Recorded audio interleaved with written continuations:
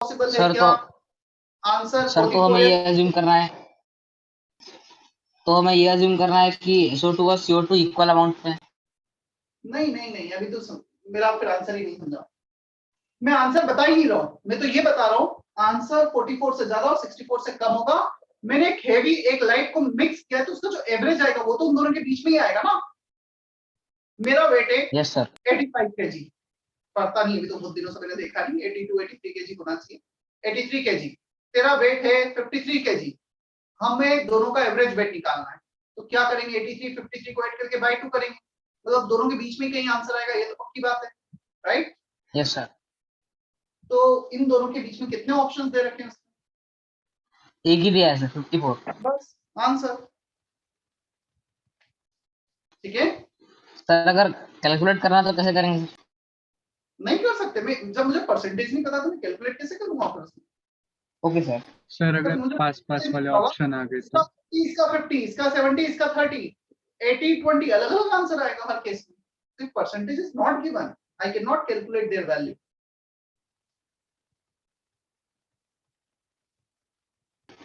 Okay sir. एक और question था, a gaseous mixture contain oxygen and sulfur dioxide, O2 and SO2, 1:4 दे रखा है इनका वेट रेशियो,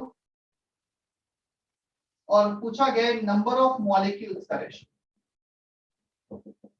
ये क्वेश्चन है, क्लियर। अगेन मैं बोल रहा हूं, जहां पे वेट मोल्स मॉलिक्यूल ले देकर हमारे पास एक फॉर्मूला है, weight by molar wait N/Na B/22.4। इनमें से 90% क्वेश्चन ऐसे थे इस चैप्टर में जो दो डेफिनेशन को इक्वेट करके सॉल्व करना था। वेट दिया है, नंबर ऑफ पार्टिकल्स का रेशियो निकालना है, तो ये तो समझ में आ रहा है इन दोनों का कुछ करना है।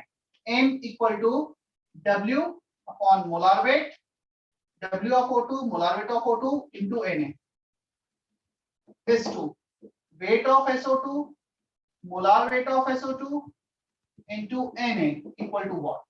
यही पूछा है ना क्वेश्चन में। Okay sir. खत्म question, Na cancel, this upon this दे रखा है, ये दोनों हमें पता है, सॉल्व करना है आगे।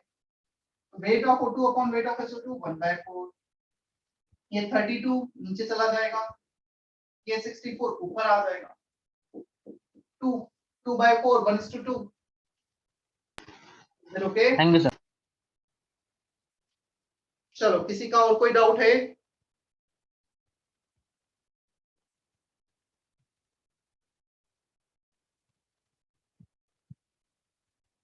इज देयर एनी डाउट, या हम एटॉमिक स्ट्रक्चर स्टार्ट करें अब आज? Yes sir.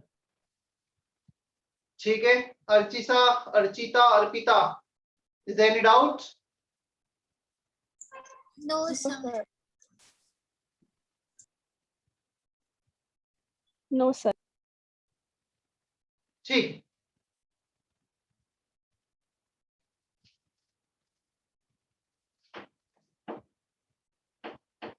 अच्छा एक और मैं तुम्हें चीज बताता हूँ। बहुत सारे बच्चों के साथ मैंने प्रैक्टिकली जो ऑब्जर्व किया है कुछ सालों से, चैप्टर चल रहा है, जब थोड़ा लाइट मोड में ले रहे हैं, जिस दिन टेस्ट का अनाउंसमेंट हो गया उस दिन से एकदम एक्टिव मोड में आ जाएंगे, 2 घंटे की जगह 15 घंटे भी पढ़ेंगे और पूरा टेस्ट के पीछे लग जाते हैं। अब टेस्ट का अनाउंसमेंट हुआ मान लो संडे को, संडे से तुम पूरा इसमें लग गए हो। इन बिटवीन अभी तो मेरा फ्रेश चैप्टर स्टार्टिंग हुआ, बट लेट से लास्ट लेक्चर में फ्रेश चैप्टर स्टार्ट हो जाता, 2 लेक्चर मेरे फ्रेश चैप्टर के हो जाते, बिल्कुल फोकस नहीं रहता है। ऐसा हमें बिल्कुल नहीं करना है, ये टेम्पररी चीजें जो टेस्ट, परमानेंट तो एक हमें जितना भी कंटेंट करना है फाइनली जेई एग्जाम देना है। तो जो करंट चैप्टर्स है उनको हमेशा प्रायोरिटी रखना ही, चाहे टेस्ट हो चाहे कुछ भी हो, उन्हें छोड़ना नहीं है। हाँ, ज्यादा टाइम उसे दो, इसे उतना टाइम मत दो, बट देना है। लेक्चर अच्छे से अटेंड करना है, लेक्चर के बाद एक बार नोट्स पढ़ लेने हैं, होमवर्क थोड़ा डिले करोगे चल जाए, क्लियर। बट ऐसा नहीं कि बिल्कुल छोड़ ही दिया।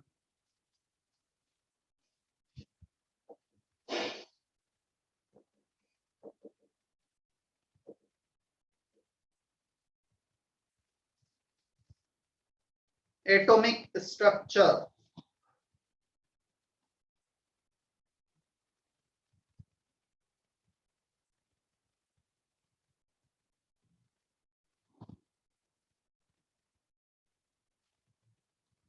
सर ये चैप्टर के लिए हम कौन सी बुक रेफर कर सकते हैं? Resonance module. You are asking for theory और क्वेश्चंस? सर मतलब दोनों।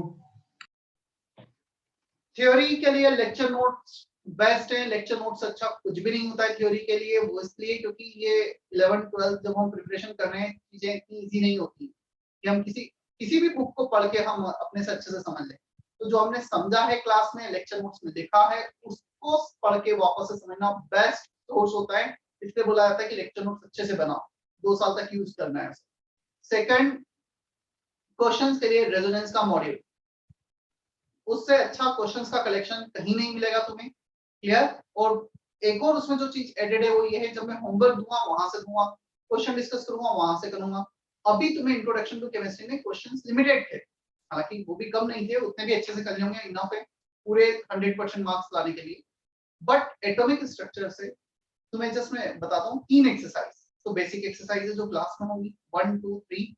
एक्सरसाइज 1 में मतलब ऑलमोस्ट तीनों एक्सरसाइज मिला के 200 क्वेश्चन हो सकते हैं। फिर उसके बाद HLP, मतलब उसके बाद self practice paper, self practice advance problem, total मिला के 200 से 300 क्वेश्चन और होंगे जो सिर्फ तुम्हारे सेल्फ प्रैक्टिस के लिए, जो जनरली क्लास में अभी डिस्कस नहीं होते रिवीजन के टाइम पे। और 99% बच्चे उसको अभी कर भी नहीं पाते क्योंकि इतना टाइम नहीं होता। तो बहुत सारा क्वेश्चंस का कलेक्शन होगा, उससे बाहर जाने की जरूरत नहीं है। केमिस्ट्री में अभी तुम्हें NCERT भी परचेज करने की जरूरत नहीं है, एंड केमिस्ट्री में कोई भी बुक की रिक्वायरमेंट नहीं है at least for the first 6 months. ठीक है? Yes sir.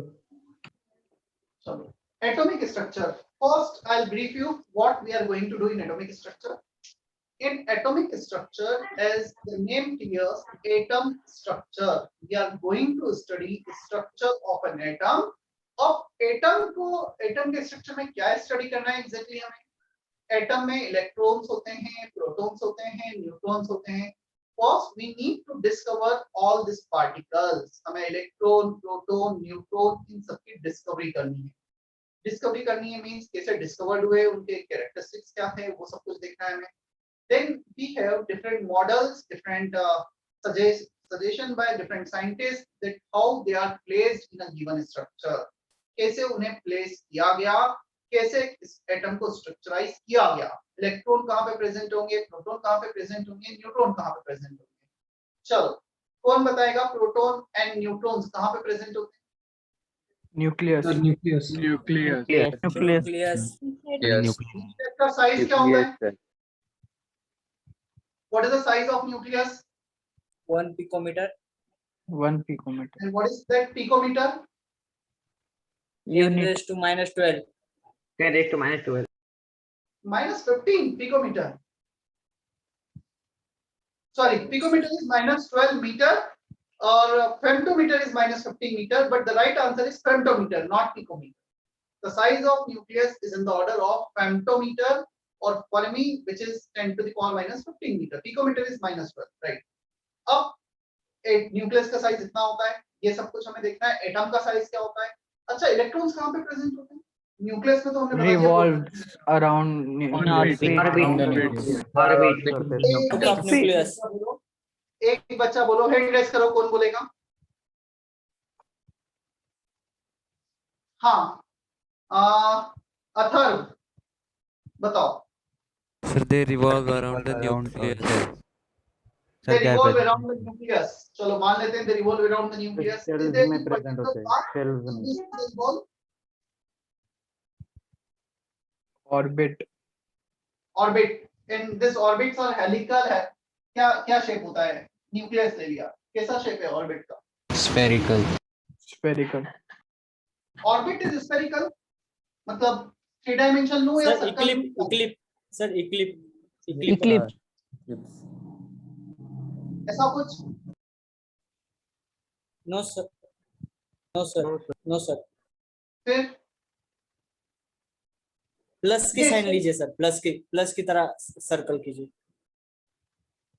हाँ, बेसिकली वो सर्कल में भी पॉसिबल थोड़ा सा गलत हुआ, मैंने मतलब मेरी ड्राइंग थोड़ी सी है, वो सर्कल बीच में मैंने एक सर्कल ड्रॉ किया है, एग्जैक्टली सेंटर पे न्यूक्लियस है। कैसा कुछ होता है ऑर्बिट? Yes, sir. Yes. ठीक है, इलेक्ट्रॉन यहाँ पे मूव कर रहे हैं, मान लिया, ऐसा सजेस्ट किया था बोर्स ने, रदरफोर्ड्स ने, और उनको बाद में गलत प्रूव कर दिया। पता है आज Yes, sir. जो एज्यूम किया जाता है ना इलेक्ट्रॉन का movement that is not in this circular orbit, they are moving in a given volume. और कैसे मूव कर रहे होते हैं उनका वॉल्यूम भी बताता हूँ। कुछ ऐसा शेप होगा, मतलब दिस इज नॉट सर्कल, यहाँ पे सेंटर पे न्यूक्लियस, यहाँ पे मूव कर रहे हो, कुछ ऐसा शेप होगा, इसमें मूव करेंगे। मतलब बहुत सारी चीजें भी हमें देखना बाकी है। जो आज वेल एक्सेप्टेड मॉडल है वो ये है, ये वाला मॉडल वेल एक्सेप्टेड नहीं है, still we use some part of it क्योंकि कुछ उसका यूजफुल है, बट यस हम इसको 100% यूज नहीं करते, मेनली ये यूज किया जाता है। Concept of orbital not the orbit, ये सब कुछ हमें इस चैप्टर में देखना है। we'll see 4 well accepted model of atom here। पहला मॉडल इसमें हम देखेंगे प्लम पुडिंग मॉडल, ये जेजे थॉमसन मॉडल, बहुत सिंपल सा मॉडल है, 10 मिनट का है बस। फिर रदरफोर्ड्स मॉडल, रदरफोर्ड्स के बाद Bohr's model, Bohr's model will take roughly 3 lectures, then the last model wave mechanical model that will take roughly 4 lectures। इतना हमें सब कुछ देखना है।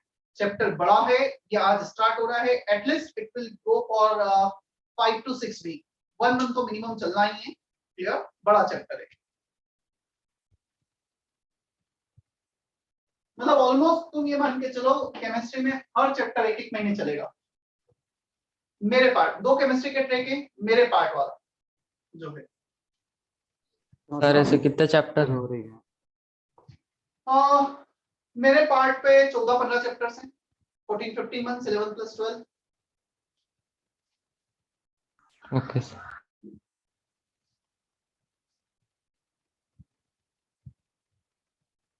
सर ये सब बोर्ड्स के एग्जाम में भी हेल्प करेगा ना?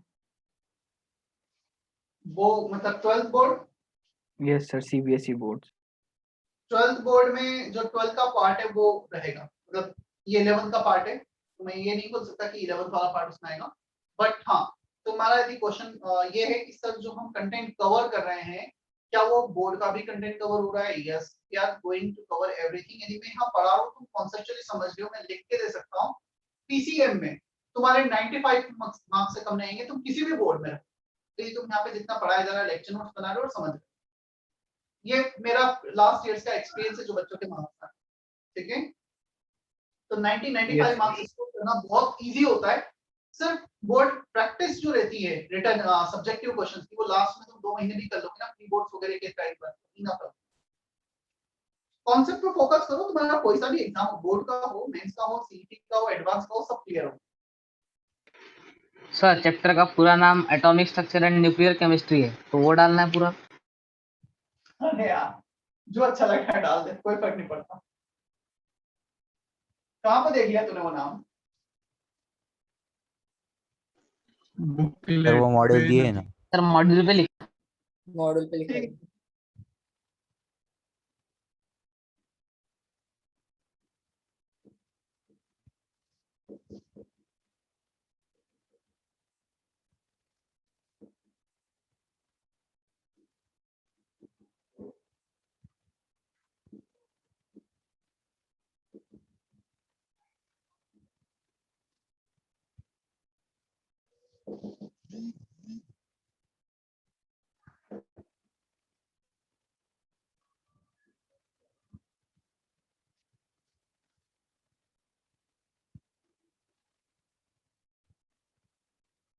और अगेन मैं फिर से रिपीट कर रहा हूँ, जब टीचर कोई भी टीचर क्लास में पढ़ा रहे हो ना, उस टाइम पे मॉड्यूल खोल के सामने नहीं रखना है।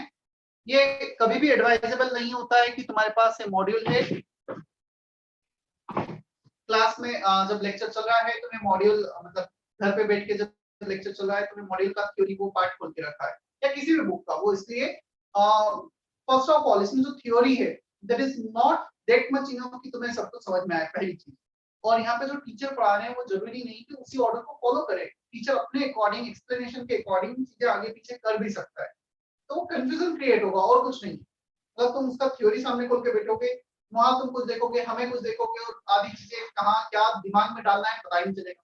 इससे बेटर है टीचर से बनाओ, 15 मिनट का लेक्चर हो रहा है, उसके बाद तुम्हारे पास पूरे 23 घंटे 22 घंटे होते हैं, उसमें देखो जितना जो भी देखना है, बट लेक्चर के टाइम पे थ्योरी पे पूरा फोकस बोर्ड पे रहो। स्क्रीन पर रहे, ठीक है, खोल के नहीं रखना है। ये बुकलेट तुम्हें कब खोल के रखना है, जब क्वेश्चंस दिए जाए, कुछ बोला जाए तो उसमें से देख लो क्वेश्चन, ठीक है। कंफ्यूजन नहीं होगा, मतलब वो इवन काफी बार हमारी हैबिट होती है, हमें लगता है बुकलेट क्यों दिया, हमें इसलिए क्यों दिया, इसको खोल के रखना है, और 10th तक ये हैबिट होती है, चलो टीचर पढ़ा रहे हैं वो बुक का वो चैप्टर खोल के रखा है। यहाँ पे थोड़ा सा अलग वे में चीजें बहुत डेप्थ में एक्सप्लेन की जाएंगी। तुम यदि तुम्हारे सामने बुकलेट है, मैं देखता हूँ मेरा एटॉमिक का बुकलेट, जिससे मैं तुम्हें बताता हूँ।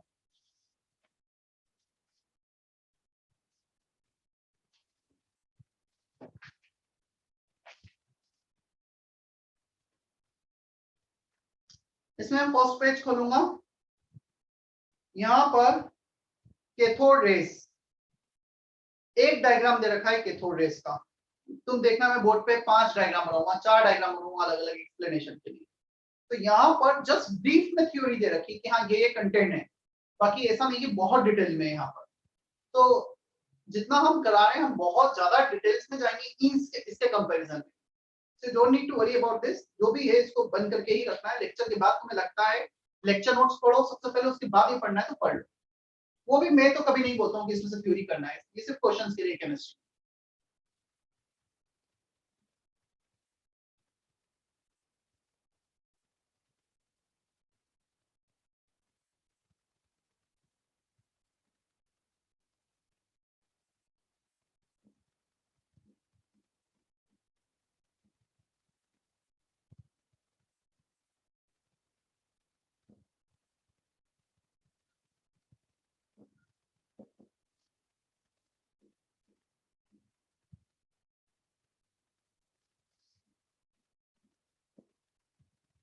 Diagram, you have to draw this one।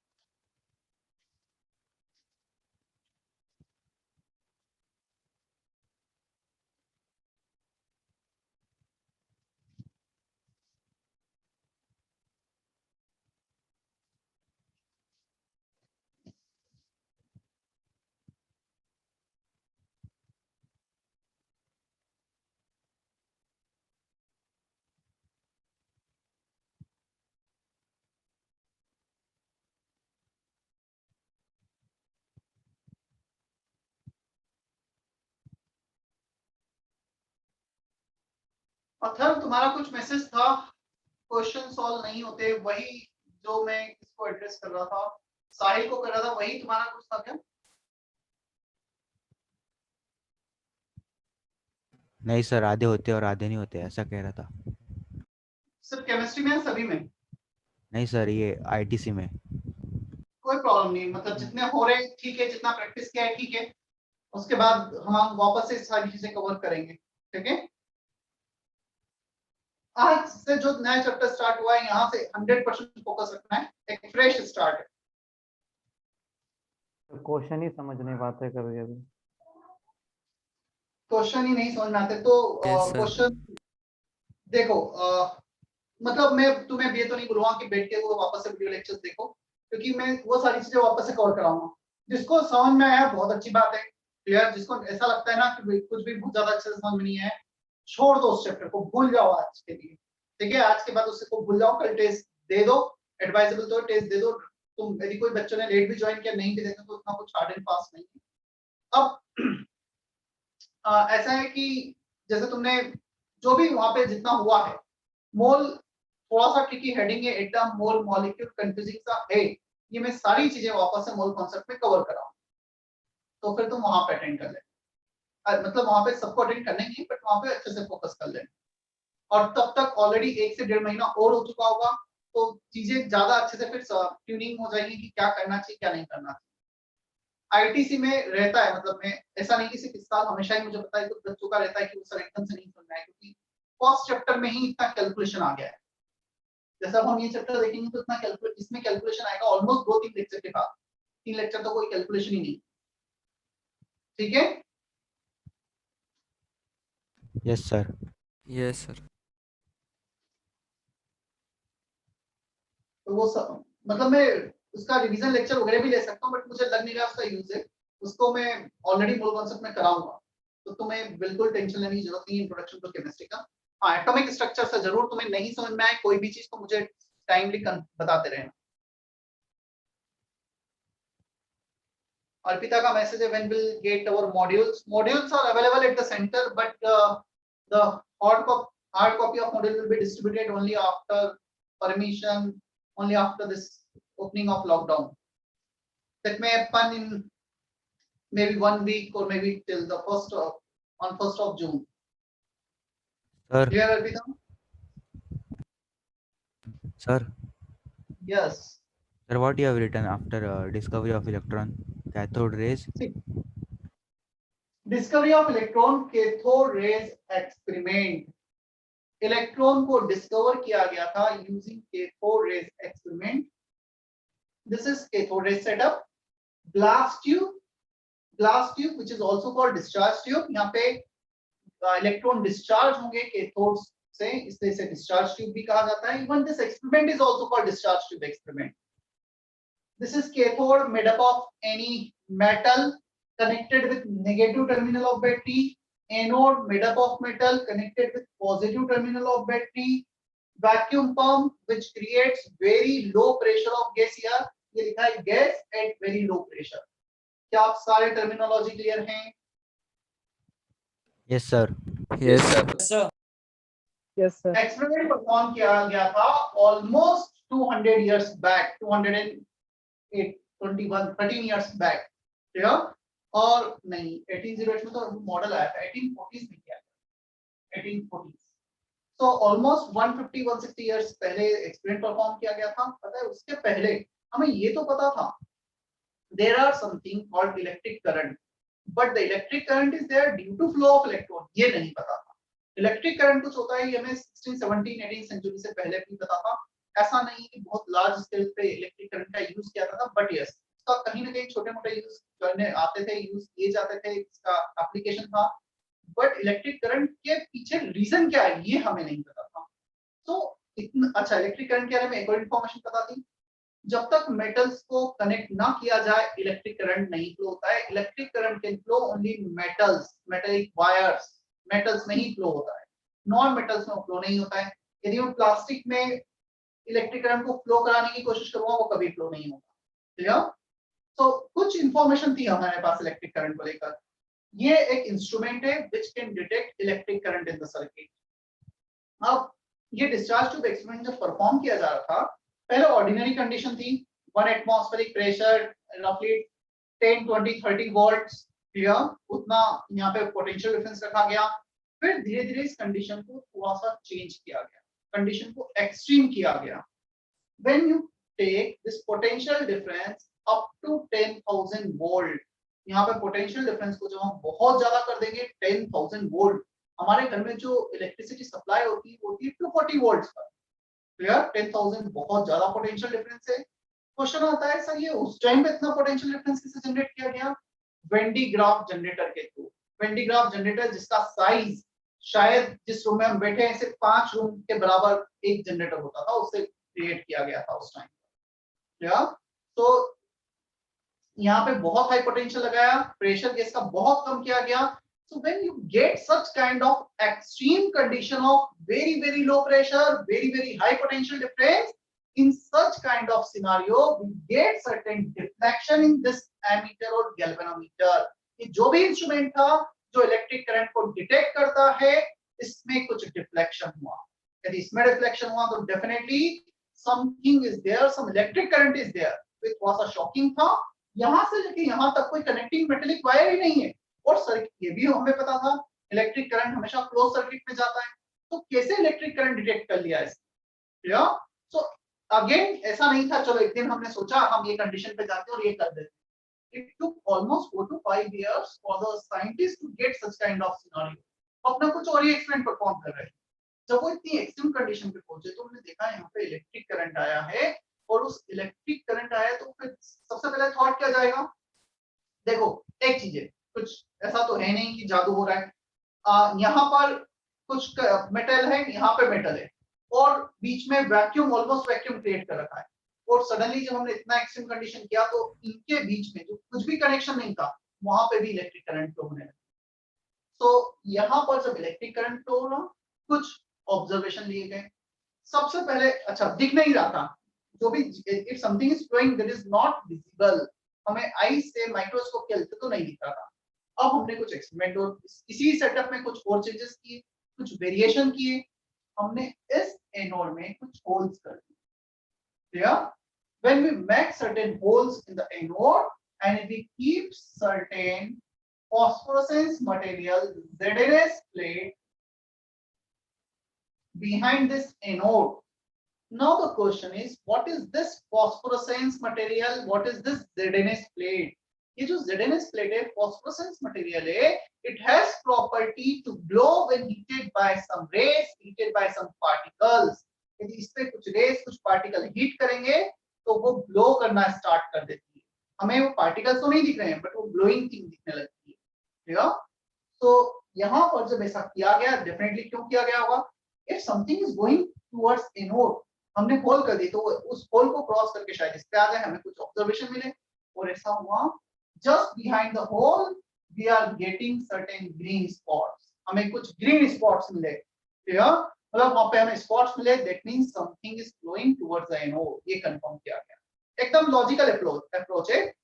पहले तो मैं ये डिफ्लेक्शन मिला, something should be there between this cathode and anode जो इलेक्ट्रिक करंट को लेके जा रहा है।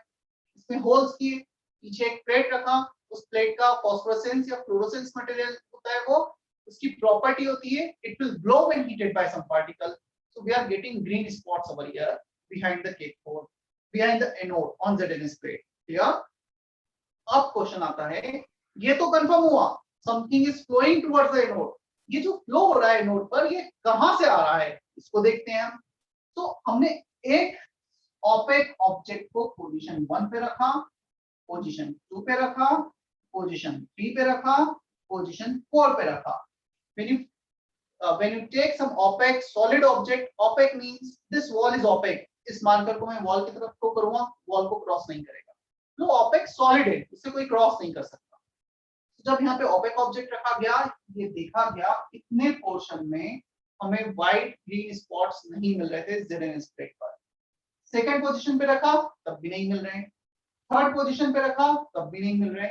But if you put this opaque object behind the cathode at position 4, again you are getting the white spots, green spots on ZNS plate. देखो ये anode है, उस ओपेक को यहाँ पे रखा नहीं मिला, यहाँ पे रखा नहीं मिला, यहाँ पे रखा नहीं मिला, अब कैथोड के पीछे रख दिया, अब मिलने लग गया। क्या कंक्लूड करोगे? यदि तुम साइंटिस्ट होते तो क्या कंक्लूड करते हैं यहाँ से? एनोड के बीच में कोई पार्टिकल से जो electricity carry sir travelling straight line cathode से निकल इलेक्ट्रॉन ट्रैवलिंग। एक मिनट चलो मैं बताता हूँ, मैं यदि साइंटिस्ट होता तो मैं क्या कंक्लूड करता। ये जो ग्रीन स्पॉट्स मिल रहे हैं, जिसके कारण भी मिल रहे हैं, अभी तक तो मुझे नहीं पता किसके कारण मिल रहे हैं, बट ये मैंने कंफर्म किया पोजीशन 1 2 3 पे रखा तो नहीं मिल रहा था, 4 पे रखा तो मिल रहा था, मतलब कैथोड के आगे रखा तो ब्लॉक हो रहा है, कैथोड के पीछे रखा तो ब्लॉक नहीं हो रहा है। Means the thing which is flowing towards the anode they are generated by cathode. जो चीज एनोड के तरफ फ्लो हो रही है, जो इलेक्ट्रिक करंट को लेके जा रही है, वो कैथोड जनरेट कर रहा है, क्योंकि कैथोड के आगे रखने पे ब्लॉक हो रहे हैं, कैथोड के पीछे रखने पे ब्लॉक नहीं हो रहे। Clear? So that thing is generated by cathode. उन्हें first time यहाँ से कहा गया cathode rays they are generated by cathode. Is that okay? Yes. Sir, which gas was used? Gas generally कोई भी ले सकते हैं. It is not foundation on the gas. Yes, उन्होंने कुछ gas particular ली थी. बट गैस मैटर नहीं करती हैं। हीलियम लिया जाता है generally but doesn't matter. Sir एक प्योर गैस, सॉरी, सिर्फ एक ही गैस या उसमें गैसेस अलग अलग हो सकती हैं? डजंट मैटर, गैस का कोई भी ले लो, मतलब ये जो ऑब्जर्वेशन तुम्हें मिलेगा, तो गैस कौन सी है, 1 है 2 है 10 है, फर्क ही नहीं पड़ता। इतना जरूर फर्क पड़ता है, gases at very very low pressure almost vacuum create कर दिया। जितना कर सकते थे Okay, उतना तो कर दिया, जितना पॉसिबल नहीं था प्रैक्टिकली उतना छोड़ दिया। ठीक है, चलो तो 1 2 3 पोजीशन मिला, यहाँ पे नहीं मिला। फर्स्ट वेरिएशन में ये कंफर्म हुआ cathode rays are generated by cathode. तुम्हें सिर्फ मेन डायग्राम ड्रॉ करना है, वेरिएशन वाले डायग्राम नहीं ड्रॉ करना है। ठीक है, अब मैं सेकंड वेरिएशन करता हूँ इसी सेटअप में।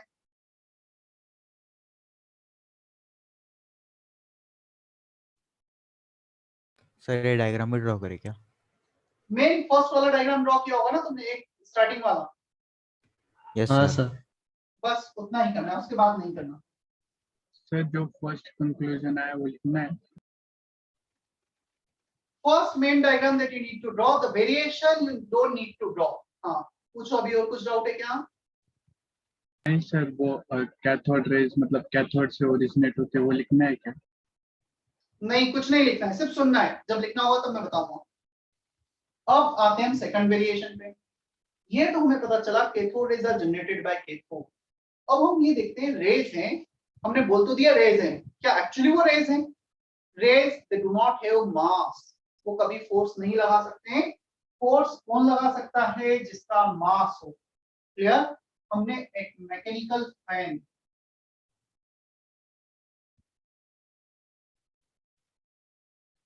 इसके बीच में रख दिया। Now what do you mean by mechanical fan? Mechanical fan, the fan in our room, वो मैकेनिकल फैन, उसका पावर बंद कर दो, पावर सप्लाई, हाथ से फोर्स लगाओ, फोर्स लगाओगे तो मूव करेगा। क्लियर? मतलब कोई भी जस्ट फैन जो रोटेट करे फोर्स लगाने में। तो ये ऑब्जर्व किया गया, this mechanical fan start rotating in this manner.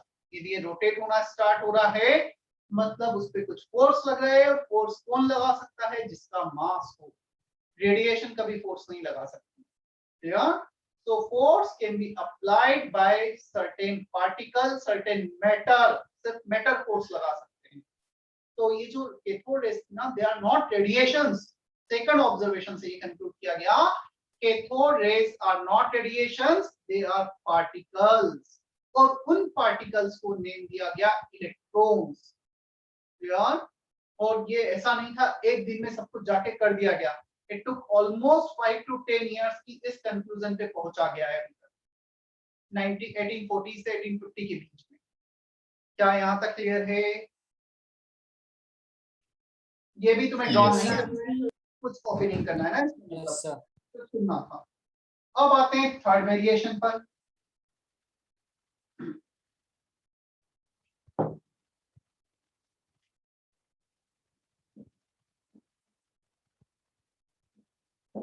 If we apply certain electric field और magnetic field, हमने यहाँ पे इलेक्ट्रिक फील्ड या मैग्नेटिक फील्ड लगा दी।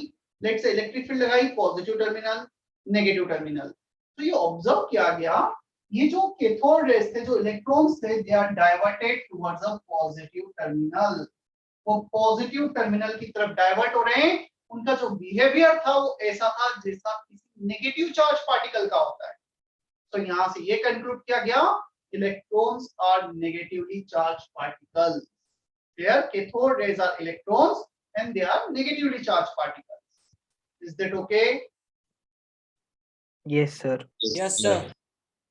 Sahil, बोल से clear?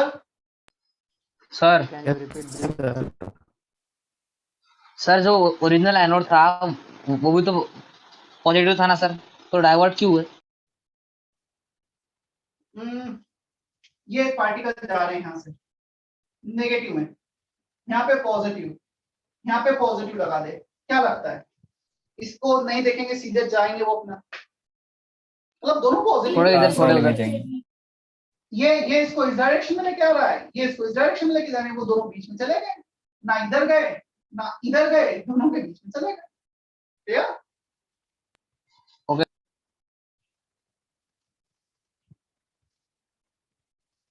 ये पॉइंट समझ में नहीं आया सर। ये पॉइंट ऐसा है, बताता हूँ, फिर से बता देता हूँ।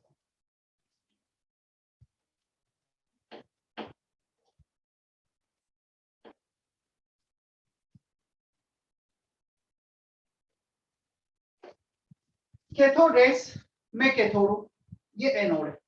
कैथोड रेस, ये ब्लैक मार्कर इलेक्ट्रॉन से कैथोड रेस मूव कर रहे हैं, नेगेटिव चार्ज पार्टिकल। क्लियर? यहाँ पे पॉजिटिव टर्मिनल लगा दिया, ऊपर नेगेटिव टर्मिनल लगा दिया, तो नेगेटिव से रिपेल होंगे, पॉजिटिव की तरफ अट्रैक्ट होंगे। जो स्ट्रेट पाथ में जा रहे थे वो डाइवर्ट हो गए टुवर्ड्स द पॉजिटिव टर्मिनल। यदि कोई भी पार्टिकल पॉजिटिव टर्मिनल की तरफ डाइवर्ट हुआ है, अट्रैक्ट हुआ है, तो हम क्या ये कंक्लूड कर सकते हैं वो नेगेटिव चार्ज पार्टिकल रहा होगा। Yes sir. तो इससे हमने यहाँ से कंक्लूड किया the cathode rays which are moving from cathode to anode, they are diverted towards the positive terminal, means they are attracted towards the positive terminal, they are negatively charged particles. Sir Yes, sir पर anode already positive था तो और एक positive terminal क्यों लगाया? Anode already positive था, तो अभी हमें ये कंफर्म करना था जो कैथोड रेज हैं क्या वो एक्चुअली चार्ज पार्टिकल हैं या वो किसी दूसरे रीजन से एनोड की तरफ जा रहे हैं। अभी देखो, एक टर्मिनल से इजेक्ट हुआ, दूसरे टर्मिनल पे गया, क्लियर? ये तो हमें समझ में आता है, बट हमें अभी एग्जैक्टली ये नहीं पता लगा था क्या वो एक्चुअली चार्ज पार्टिकल है या किसी और रीजन से वो उस टर्मिनल पे जा रहे हैं। तो हमने उसके लिए सिंपल सा एक्सप्रेस sir. किया, इलेक्ट्रिक फील्ड लगा दी, पॉजिटिव लगा दी, अब वो डाइवर्ट हो गए पॉजिटिव की तरफ, तो पक्का हो गया कि वो नेगेटिव चार्ज पार्टिकल। सर हाँ मान, मैग्नेटिक फील्ड से इलेक्ट्रॉन अट्रैक्ट होते हैं।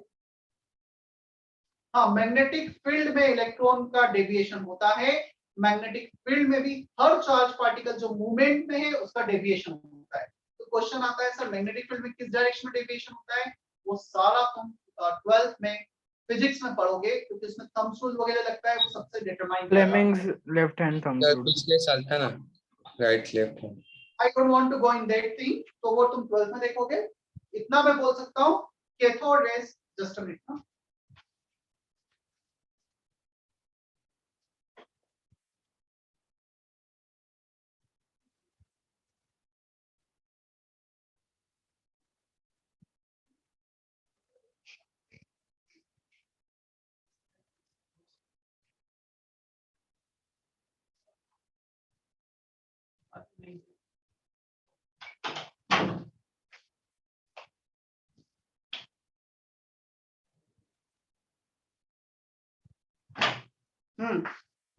एक्चुअली काफी मतलब कुछ जल रहा था, ऐसा स्मेल आया, शायद बाहर सोसाइटी में वो हो रहा है, मच्छर वगैरह के लिए जो करते हैं धुआं वगैरह नहीं।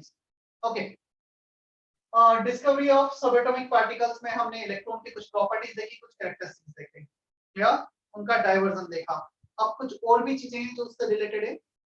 यहाँ पर ग्लास ट्यूब में एटम था, एटम के सेंटर पे nucleus, electron, cathode rays which are the beam of electron, वो सीरीज ऑफ इलेक्ट्रॉन है।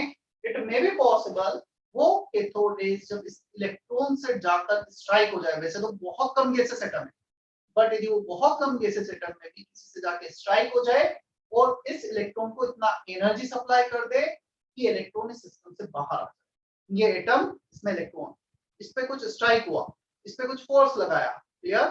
फोर्स लगाया तो इलेक्ट्रॉन से बाहर जा सकता है। इलेक्ट्रॉन किसी फोर्स ऑफ अट्रैक्शन से अटैच्ड है न्यूक्लियस से, एटम से, यदि हमने उसको कुछ एनर्जी सप्लाई की, it may come out of the atom. और यदि ऐसा हो गया तो पॉजिटिव आयन गैसेस आयन अलग, इलेक्ट्रॉन अलग, तो इलेक्ट्रॉन तो जाएगा एनोड की तरफ और पॉजिटिव आयन जाएगा कैथोड की तरफ।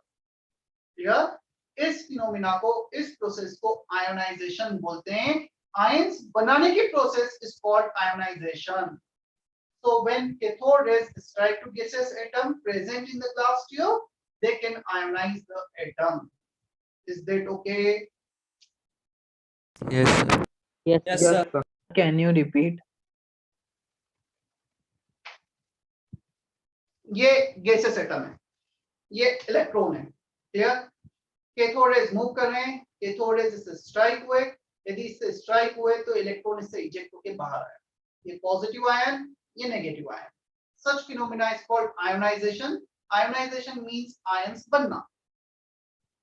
अभी clear? Yes sir, yes sir. Sir फिर इलेक्ट्रॉन की जगह इलेक्ट्रॉन ले लेगा। क्या?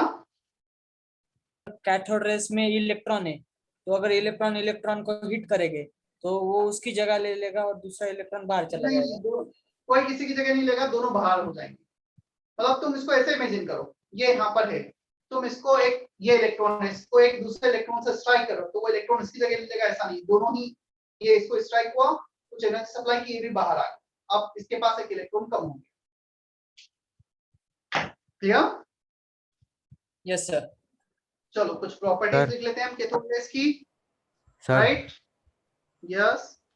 सर जो इलेक्ट्रॉन स्ट्राइक कर रहे हैं एटम को, तो फिर वो रिबाउंड होंगे या फिर आगे जाएंगे? स्कैटर्ड हो जाएंगे, कहीं भी जा सकते हैं, नॉट कंपल्शन। सर अभी ये जो लिखा है वो लिखना है हमें? नहीं, मैं स्क्रीन पे शेयर कर रहा हूँ, कुछ प्रॉपर्टीज कैथोड रेस की वो लिखना है हमें।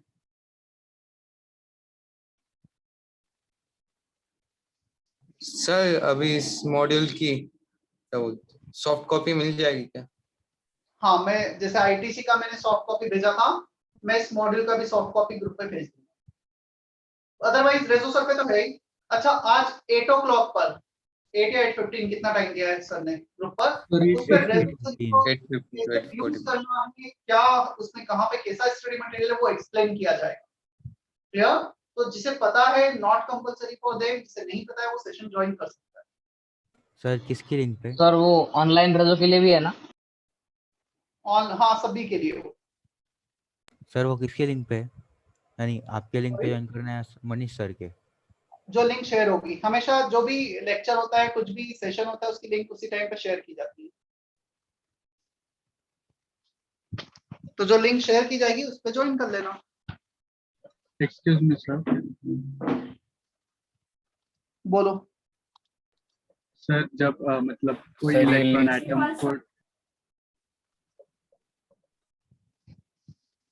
सर ये लिखना है कि नोटबुक पे? हाँ, पहले मैं बता देता हूँ क्या करना है इसमें। Cathode rays have following properties. ये जो प्रॉपर्टीज है कैथोड रेज की, that you need to write. जो भी मैंने एक्सप्लेन किया ना वो यहाँ पे लिखा हुआ है। Total 8 properties are there. ये 8 प्रॉपर्टीज अभी लिखनी है तुम्हें।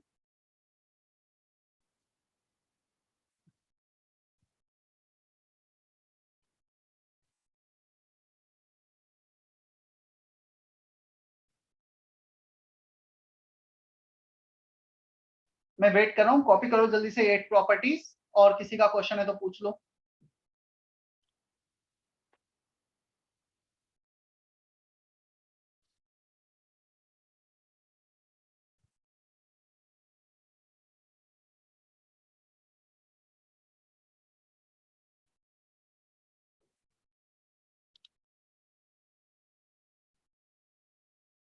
Excuse me sir. Yes. Sir आपने वो पेन का एग्जांपल क्या दिया था? एक्चुअली मैं डिस्कनेक्ट हो गया था सर उस वक्त।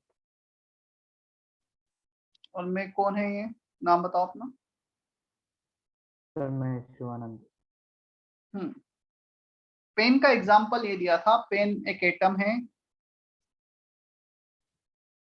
ये एक एटम है जिसमें न्यूक्लियस है, सेंटर पर इलेक्ट्रॉन है। यदि इस पे एक दूसरा इलेक्ट्रॉन आकर किसी का हाई काइनेटिक एनर्जी से स्ट्राइक होगा तो फाइनली रिजल्ट ये हो सकता है कि न्यूक्लियस और एक एटम बच जाए और इलेक्ट्रॉन उसका बाहर आ जाए। इसको मैं ऐसे भी रिप्रेजेंट कर सकता हूँ।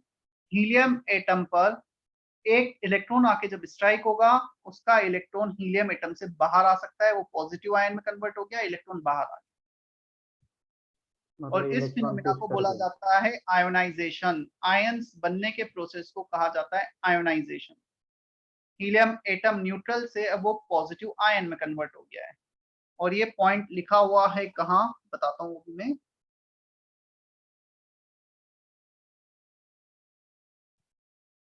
सर 1 मिनट रुको ना।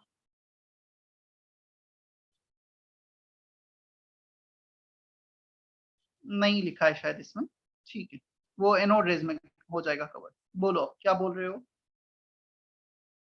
जो यूरेनियम है वो बहुत अनस्टेबल मेटल है, तो उसको इस प्रोसेस से स्टेबल कर सकते हैं। इस प्रोसेस से कैसे स्टेबल करना है? इस प्रोसेस में यूरेनियम को कहाँ रखें बताओ? अगर कौन सी भी हमने एक वो वैक्यूम बनाया है, उसके अंदर अगर यूरेनियम को प्लेस किया और एक जैसे आपने वो कैथोड रेस हमने अगर सेंड की, तो वो स्टेबल हो सकता है यूरेनियम? नहीं, इस प्रोसेस में यूरेनियम का ऐसा नहीं होता है, थोड़ा अलग चीज है जो हम पढ़ेंगे इस चैप्टर में आगे, न्यूक्लियर केमिस्ट्री में, इसी चैप्टर में लास्ट में। सो वेट फॉर दैट, ठीक है।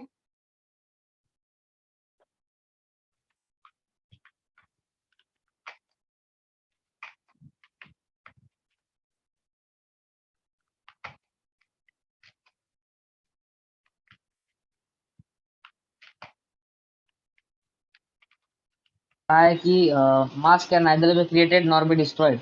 तो सर इसमें कैथोड रेस प्रोड्यूस कैसे होते हैं?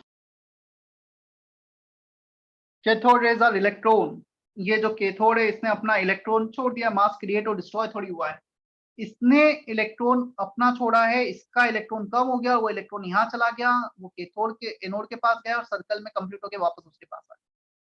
So there is nothing like mass is creation of mass or destruction of mass. We are not creating or destroying mass. It is just transferring from one electrode to another electrode. Okay sir.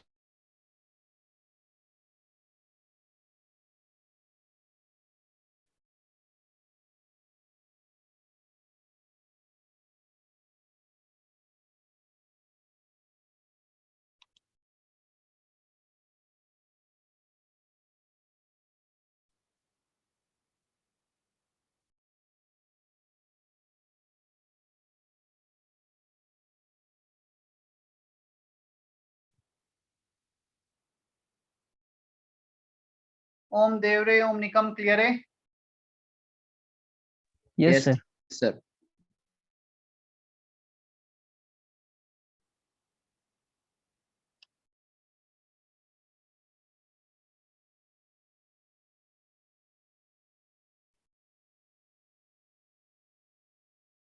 Tanvi, वैभव, कहाँ तक copy कर लिया है दोनों ने?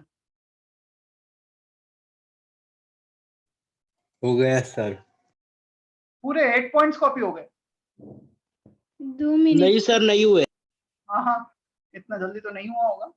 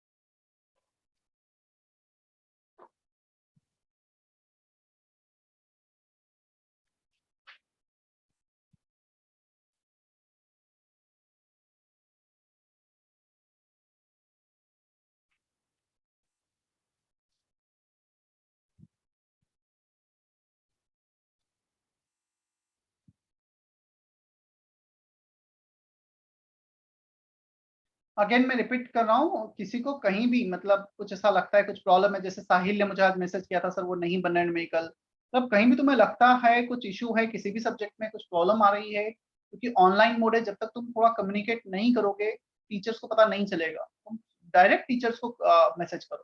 उसमें ऐसा नहीं कि टीचर तुम्हें, ये स्कूल वाला वो सिस्टम नहीं कि तुम्हें नहीं समझ में आया तुम ही गधे हो, ऐसा कुछ नहीं है ना। हमेशा हमारा टारगेट यही कि कोई भी बच्चा हो, हमें उसे जिस लेवल पे है हम यहाँ पे हमें आगे चलना है, ऊपर उठना है, तो तुम रिस्पेक्टिव टीचर्स को बताते रहो जो भी तुम्हें इशू आ रहा है। और काफी बार ऐसा होता है स्टार्टिंग में इशू आया, तुमने कम्युनिकेट नहीं किया, तो बाद में वो इशू फिर इतना बड़ा हो जाता है कि हम कोप अप ही नहीं कर पाते हैं चीजों से। जो भी उसका बेस्ट सॉल्यूशन होगा दिया जाएगा।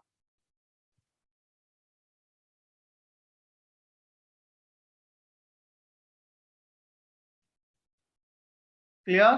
साक्षी, समर्थ, संयुजा, कॉपी हो गया? Yes. No sir.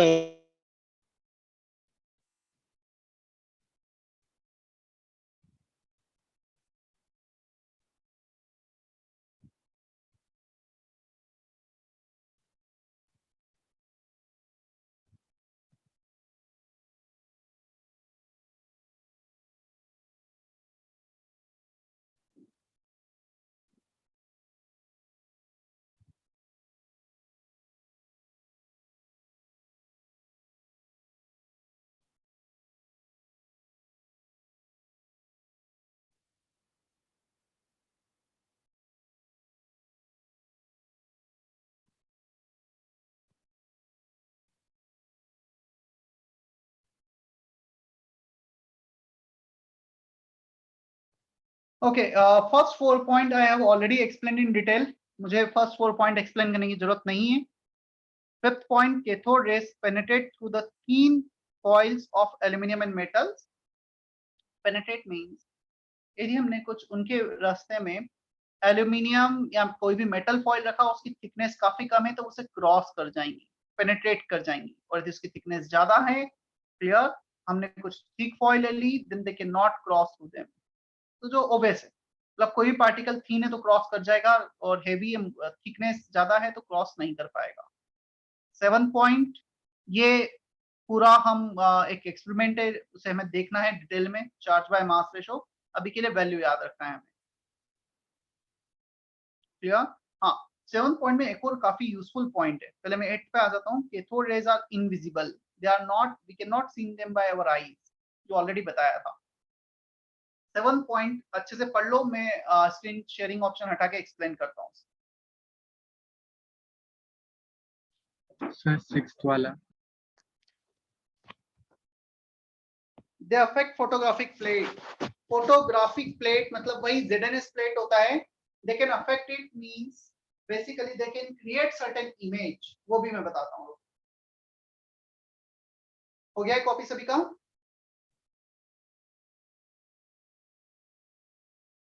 Yes sir. देखो, they can affect photographic plate. Photographic plate में होता क्या है, किसी का इमेज बनता है। अच्छा, इमेज बनना मतलब व्हाट?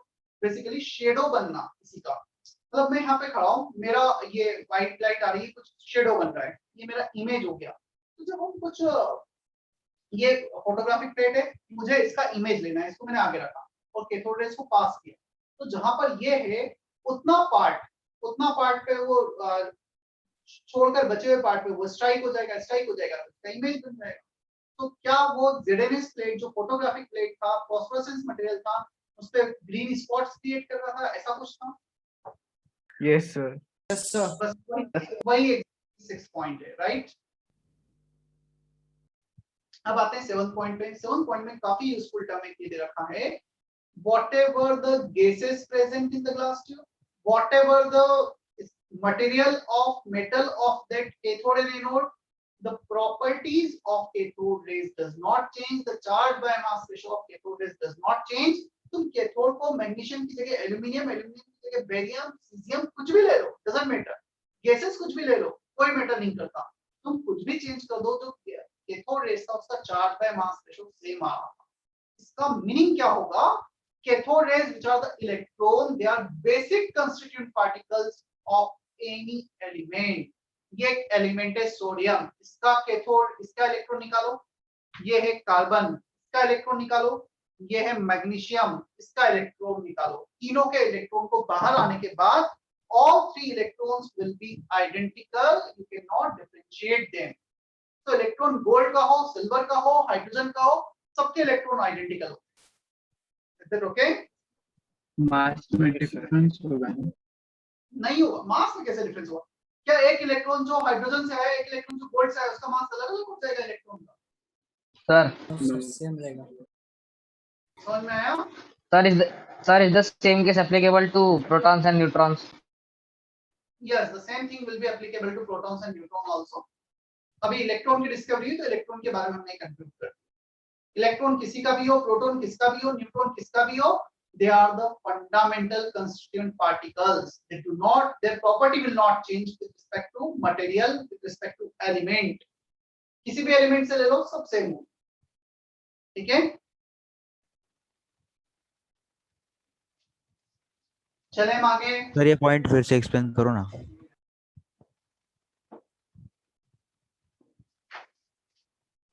एल्यूमिनियम ने अपना एक इलेक्ट्रॉन दिया, सोडियम ने अपना एक इलेक्ट्रॉन दिया, मैग्नीशियम ने अपना एक इलेक्ट्रॉन दिया, नॉन मेटल ले लेते हैं, क्लोरीन ने अपना एक इलेक्ट्रॉन दिया लेट से। इस पॉइंट में ये बोला गया है whatever the source of electron, this electron are always identical, they always have same property, they always have same charge by mass ratio, ये बोला गया है। क्या अभी क्लियर है? Yes sir. Yes, sir.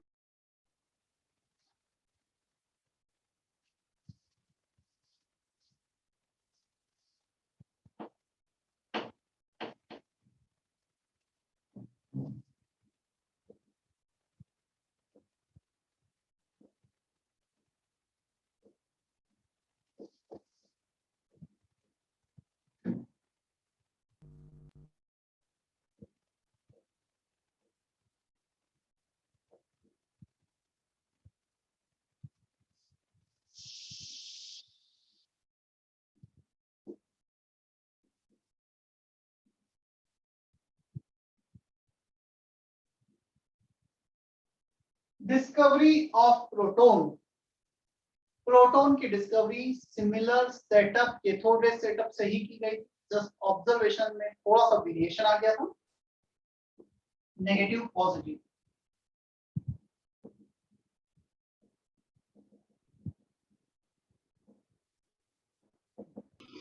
Sir diagram बनाना है ना।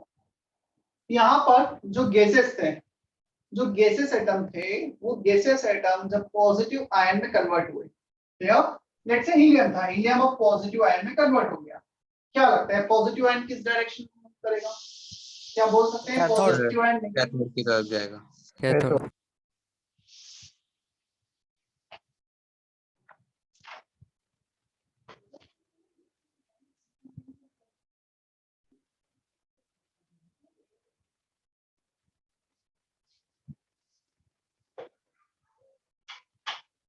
हाँ, क्या बोल रहे थे, बोलो। Cathode की तरफ जाएगा। कैथोड की तरफ जाएगा पॉजिटिव आयन, गैसेस आयन। अब इसकी स्टडी हमने की डिटेल में, जैसे अभी हमने कैथोड की तरफ जो मूव कर रहा था, उसकी कैथोड से अवे एनोड की तरफ मूव कर रहा था, उसकी स्टडी की थी कैथोड रेस। इनकी स्टडी की सिमिलर मैनर में, इसके पीछे हमने ZNS प्लेट रखा, होल किए, सब कुछ डिटेल में वो देखा जो उसके लिए देखा गया था। तो ये ऑब्जर्व किया गया दिस बेसिकली यहाँ से पॉजिटिव चार्ज नेगेटिव की तरफ मूव करे थे, तो इसके ऑब्जर्वेशन लिए गए, इसका एनालिसिस किया गया, वहां से प्रोटॉन की डिस्कवरी हुई। मुझे बताओ, ये जो पॉजिटिव गैसेस आयन है, क्या ये प्रोटॉन है या इनमें एक्स्ट्रा प्रोटॉन है? हीलियम प्लस इनमें एक्स्ट्रा प्रोटॉन है, इनमें एक्स्ट्रा प्रोटॉन है। इनमें एक्स्ट्रा प्रोटॉन। इनमें extra proton. Plus is basically 2 protons, 2 neutrons and 1 electron, इसका combination।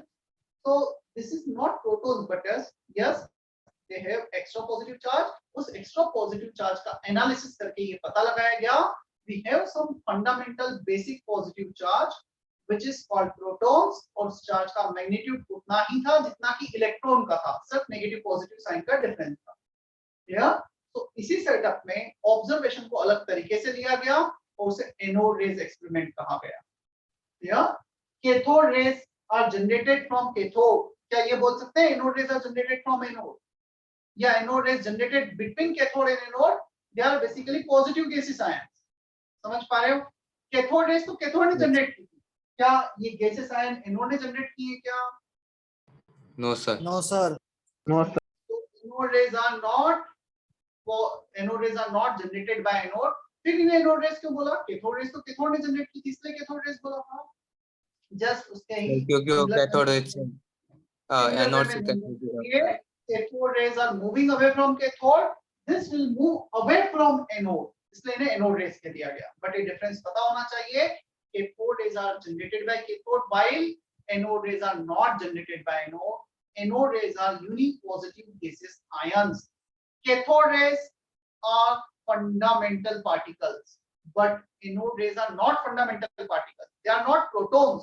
Protons तो fundamental particle है अभी भी, but पता है तुम He की जगह H लोगे, He प्लस, नियॉन प्लस, इन सभी का चार्ज तो सेम है, मास सबका अलग अलग है। Charge by mass will be different, इनकी प्रॉपर्टी अलग अलग आ जाएंगी। तो एनोड रेज की प्रॉपर्टी डिपेंड कर रही थी जो गैसेस यहाँ पे प्रेजेंट थी उन पर। कैथोड रेज की प्रॉपर्टी उन पर डिपेंड नहीं कर रही थी। So there is a slight difference between cathode rays and anode rays. Is it okay? Sir can you explain it again? एक मैं डाउट है। इनको बोल कर फिर बताता हूँ।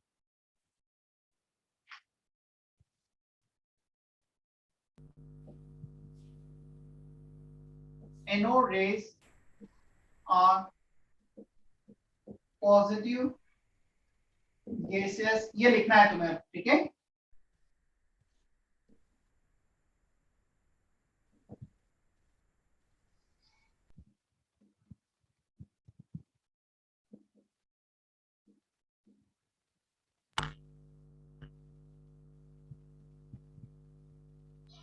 सर वो डायग्राम मैं हाँ बना लो डायग्राम भी।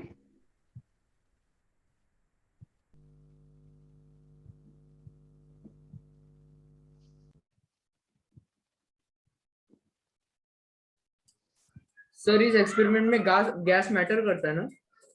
यस, इसमें गैसेस कौन सा है उसके अकॉर्डिंग प्रॉपर्टी वेरी करती है। गैसेस मैटर करता है ये नहीं बोल सकते, बट गैसेस कौन सा प्रेजेंट है वो प्रॉपर्टी को कैरेक्टराइज करता है anode rays. Okay sir.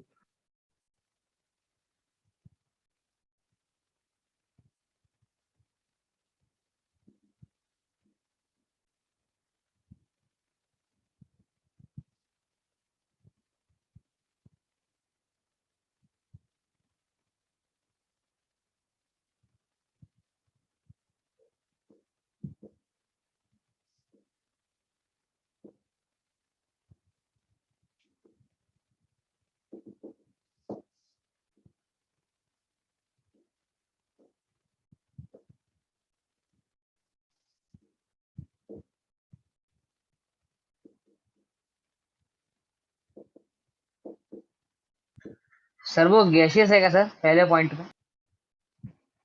Yes, anode rays are positive gaseous ions generated between cathode and anode. They move away from anode but not generated by anode.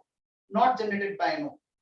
Anode rays characteristics depends on nature of gases present in the glass tube.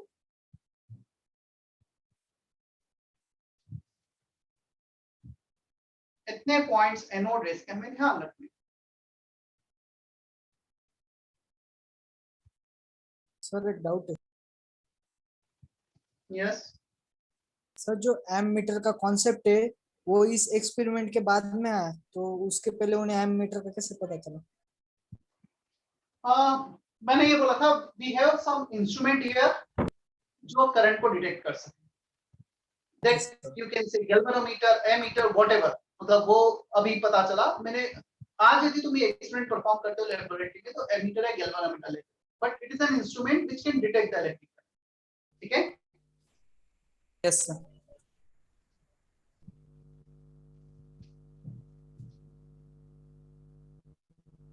Sir can you explain it again? क्या sir ये experiment पूरा वापस से? Yes sir, नहीं समझा, disconnect हो गया था। बताता हूँ, कॉपी कर लो एक बार।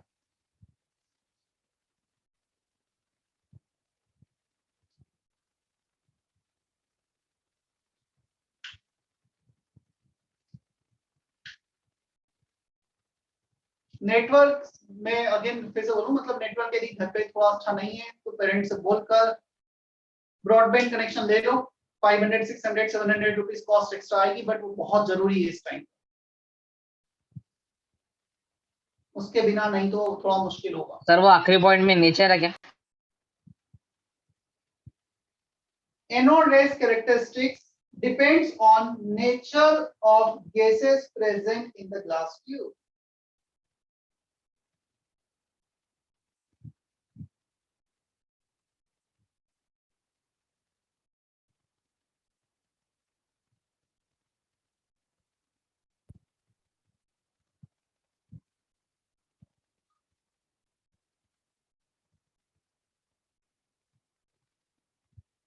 ओके मैं ब्रीफ में फिर से पूरा एक्सप्लेन कर देता हूँ हुआ क्या था exactly. Cathode rays are moving from here cathode to anode.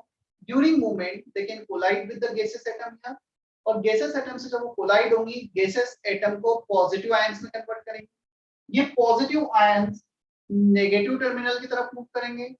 This positive ion which moves towards negative terminal anode, these are called anode rays. Sorry, towards cathode, these are called anode rays. इनकी जब detail में study की गई तो यहाँ से positive point charge that is proton that was discovered. Clear? They are not protons but they have excess of protons. तो उसकी स्टडी पे हमें जो एक्सेस पॉजिटिव चार्ज था उससे ये पता लगा किसी भी एटम में एक पॉजिटिव चार्ज होता है प्रोटॉन्स के कारण. ये बेसिक आइडिया था पूरे एक्सपेरिमेंट का. अब एनोड रेज और कैथोड रेज में बेसिक डिफरेंस क्या है? Cathode rays are generated from cathode but anode rays are generated between cathode and anode. Cathode rays are a beam of electron but anode rays are not beam of protons. They are positive gaseous ions. They are not protons basically. Clear? They move away from anode but not generated by anode. Cathode rays cathode से generate हो रही थी, cathode से दूर जा रही थी. Anode rays anode से दूर तो जा रही हैं but they are not generated by anode. Cathode rays fundamental particle थे, तुम मेटल चेंज करो गैसेस चेंज करो कोई फर्क नहीं पड़ेगा. But anode rays are gases positive ion. Gases change कर दी तो उनकी प्रॉपर्टी चेंज होगी. तो anode rays characteristics depends on nature of gas present in the tube, glass tube. क्या अभी क्लियर है? सर पर प्रोटॉन्स की एक स्पेसिफिक मास रहता है ना? हाँ सर तो फिर वो कांस्टेंट रहेगा ना? क्या मास का मैंने कहा बोला है क्या कांस्टेंट? मैंने कहां पे ऐसा पॉइंट लिखा है जहां पे ऐसा कुछ बताया कि प्रोटॉन का मास चेंज हो रहा है? एनोड रेज का कैरेक्टरिस्टिक्स डिपेंड करेंगे और anode rays gases positive ion है, दे आर नॉट प्रोटॉन्स. वो तो कॉम्बिनेशन है कुछ प्रोटॉन्स का कुछ न्यूट्रॉन्स का कुछ इलेक्ट्रॉन्स का. मैं He+ की जगह यदि नियॉन प्लस ले लूंगा तो इसमें तो 9 प्रोटॉन 10 प्रोटॉन 10 न्यूट्रॉन 9 इलेक्ट्रॉन्स हो जाएंगे. तो इसका मास चेंज हो रहा है ना. मैं प्रोटॉन का मास तो अभी भी सेम रखता हूं. क्लियर? सर तो कैरेक्टरिस्टिक्स में मास भी आएगा ना? तो किसके कैरेक्टरिस्टिक्स लिखे हैं ये बताओ मुझे. प्रोटॉन के लिखे हैं या एनोड रेज के लिखे हैं? एनोड रेज के. और एनोड रेज प्रोटॉन होता है क्या? नहीं क्या सर. लिखा है एनोड रेज? तो एनोड रेज का तो चेंज होगा. एनोड रेज गैसेस है, गैसेस का अलग अलग मास होगा. मैं प्रोटॉन्स के बारे में बोल ही नहीं रहा हूं. तो फिर क्वेश्चन तुम ये पूछोगे सर एनोड रेज की प्रॉपर्टी पता लगी, इसमें प्रोटॉन कहां से पिक्चर में आ गया? प्रोटॉन ऐसे पिक्चर में आया हर एनोड रेज में एक कुछ पॉजिटिव चार्ज आ रहे थे.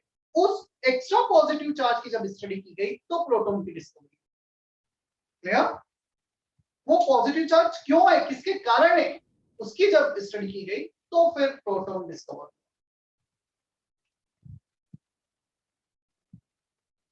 चलो अभी क्लियर है? सर जो Jaideep you are not Audible.